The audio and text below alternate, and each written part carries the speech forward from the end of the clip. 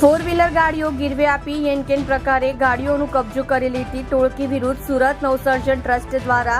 Police commissioner સાહેબને રૂબરૂ મળી આવેદનપત્ર આપી તપાસ કરવા રજૂઆત કરાતા ફ્રોડ કરતી ટોળકીમાં ફફડાટ ફેલાયો. મધ્યમ વર્ગના લોકોને ફોર વ્હીલર ગાડીઓ ગીરવે આપી ધાકધમકી આપી બીજી બનાવેલ ચાવીથી ચોરી કરી ગાડી ઉપાડી દીધી ગેંગના મુખ્ય અલ્પેશ જાડિયા, જીકો ચીકો, ઉન્ના, રમજાન કુરેશીની ગેંગ વિરુદ્ધ નવસર્જન ટ્રસ્ટના દ્વારા પોલીસ કમિશનરમાં ફરિયાદ કરાતા ક્રાઇમ બ્રાન્ચને તપાસ સોંપાઈ હોવાનું જાણવા મળી રહ્યું છે.